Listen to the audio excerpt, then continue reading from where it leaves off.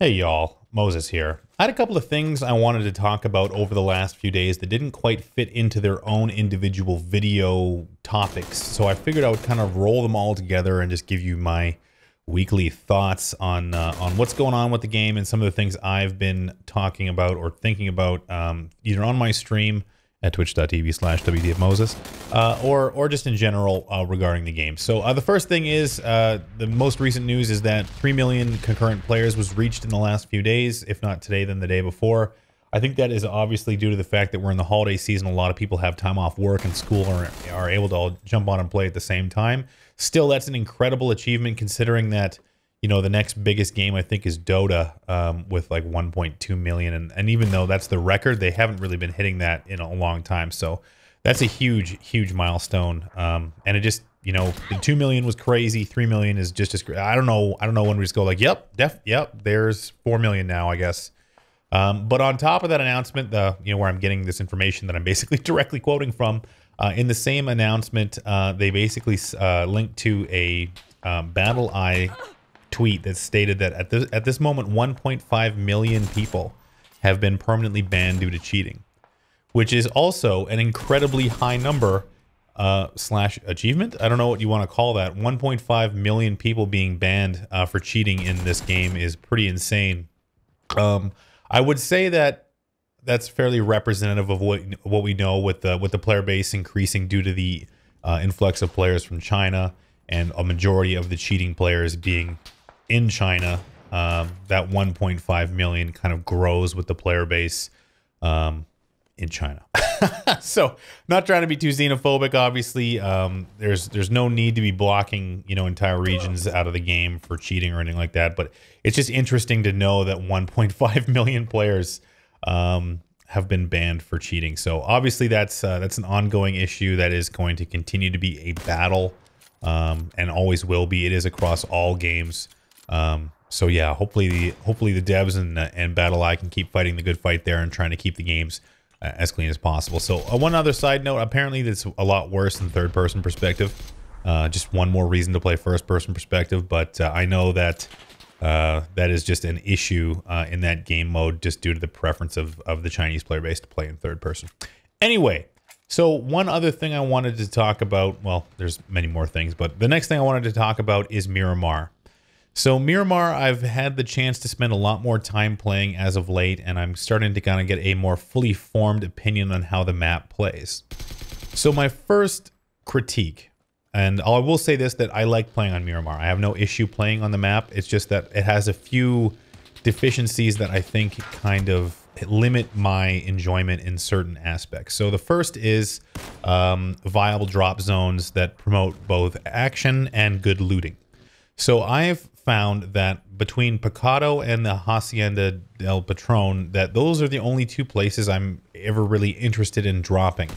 Only due to the fact that I just don't want to go to a giant city, because giant cities are a lot harder to navigate. They take a lot longer to loot, and it's a lot more dangerous because, you know, you can get jumped by players a lot easier because there's so many windows and so many places to hide, etc., etc. And I'm not saying that if you jump into a city, you're guaranteed to die, but I like going to places where at least I know I can have an exciting early game as well as get decently geared, and Pecado and Hacienda are the two main spots. Now there's, you know, water treatment and the power station are good as well, but just not quite as good. So they're like, you know, they're on the B roll or on the B team for best loot spots. So in my opinion, between those two places I previously mentioned, that's where I go most of the time. So that's fine and well, but I guess it's a very razor thin margin. If you get a gun, then you kill everyone around you, then great. But if you don't get a gun, you're basically back in the lobby and restarting your game very quickly, which can hurt your stats and it can hurt your, you know, motivation to play and that kind of stuff. So it was just something that I've been kind of struggling with. But that also kind of leads me into my next thing with Miramar is the terrain. So once you get looted and you're kind of running around, it really feels that with the varied terrain and the dips and the bumps and everywhere being a hill is just promoting this style of, how do I say this? This is going to be controversial. It promotes a lower skilled player having more success than I think they would on Erangel.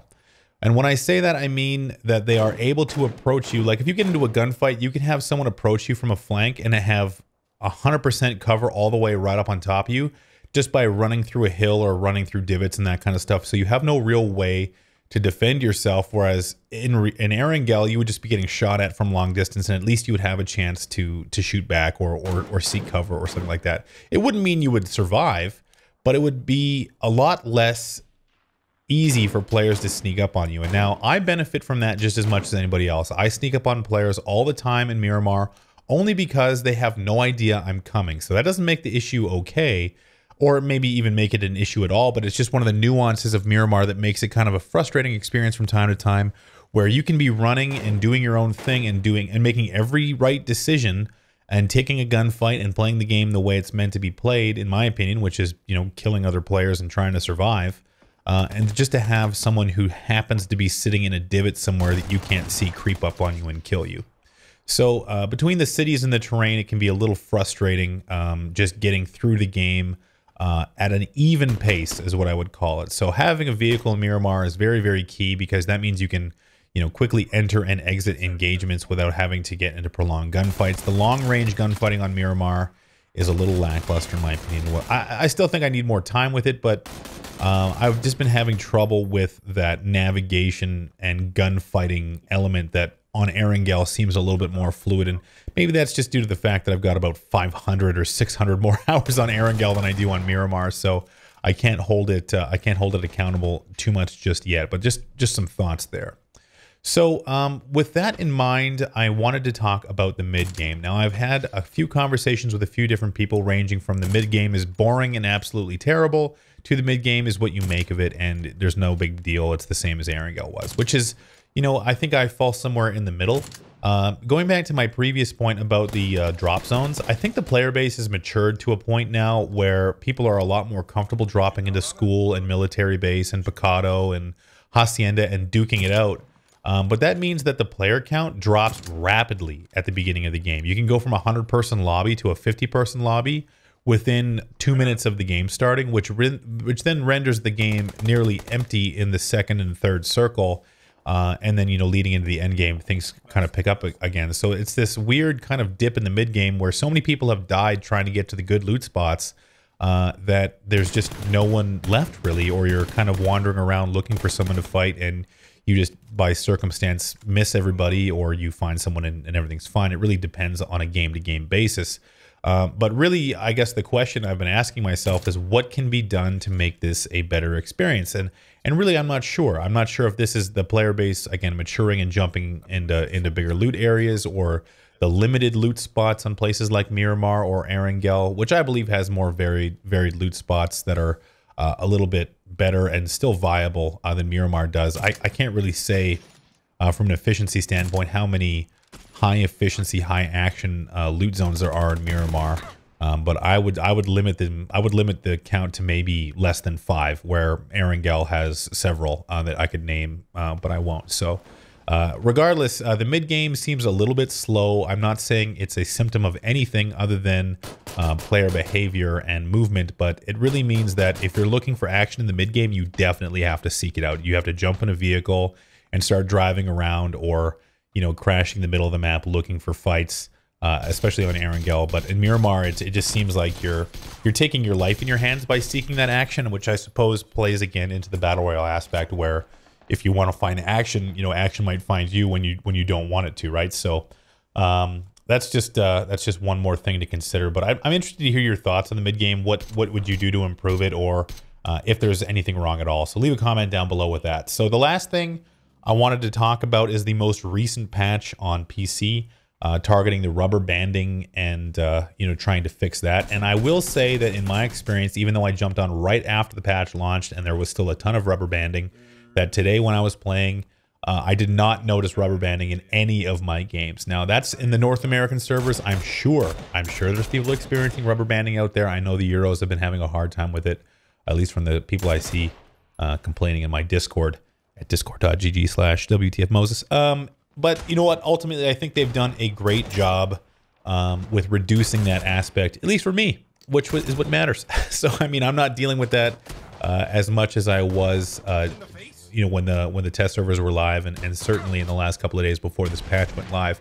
But that does not mean that the battle is over. I do think that desync and lag are still an issue.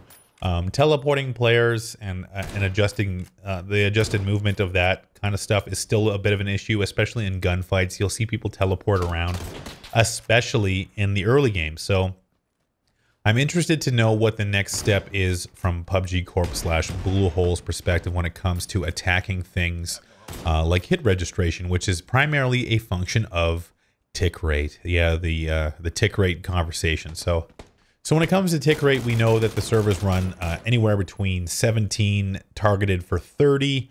Most of the times it can, well, sometimes it can dip below 17. Sometimes it kind of hovers around that 22, 23 mark, which is fairly abysmal for a Twitch, not a Twitch, you know, a precision shooter like PUBG, where every kind of half second matters. I've had many instances where I've had shots not register and I be dead, even though on my screen they've registered as hits, which can be a frustrating experience. And I suppose my question is why can't we have, you know, mutually assured destruction, where if I shoot someone in the head with an AWM and they shoot me in the head with an AWM, that in that time that the bullet is traveling, we should both die. I don't know why that isn't the case. Maybe it's a coding limitation or a design decision. I'm not sure, but that would make me feel better. Honestly, if we both killed each other and we both made the same shot and it's like, oh, damn, we're both dead. Like, I don't feel good if I take a shot to the face that doesn't register and I kill a guy. It's just like, dang, that sucks, because that's happened to me so often that I just, you know, it's frustrating, but I can't get mad at it because it's just a part of the game at this point. So I'm interested to know if that's a server limitation or if that's a design decision. But ultimately, there is still a lot of work to do with desync and lag, and then by that extension, tick rate as well. So again, those are just my thoughts. I'm interested to know what you guys think as far as the mid-game and the Miramar terrain discussion are concerned. Anything related to what I was talking about in these last few minutes. So ultimately, I think that's enough for today. So thanks for taking the time to watch the video. Again, don't forget to check me out on Twitch at twitch.tv/WTFMoses and on Twitter at WTFMoses. That's it for now. Thank you guys for watching, and until next time, I'll see you out there.